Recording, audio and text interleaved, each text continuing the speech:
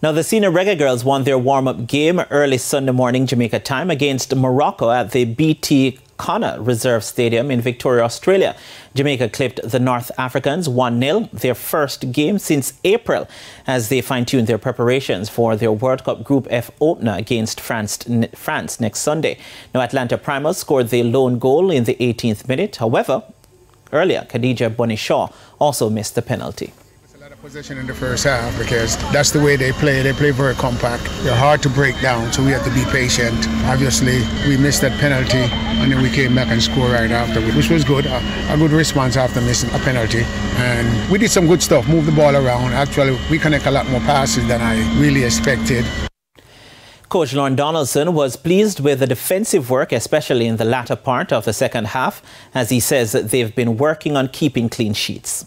I know the second half was going to be different. They were down 1-0, so they had to come out and push numbers forward. And, you know, we had some young players in there. We made some substitution. And once Bonnie go out, it's always one of those things that, you know, those back feel like they can step up and add more to the games. And they actually did that because, you know, Bonnie's a big threat. She holds a lot of people back. Overall, I thought we defended very well, you know, in the last 15 minutes. Donaldson says it was a physical game and there is some amount of concern for midfielder Jody Brown.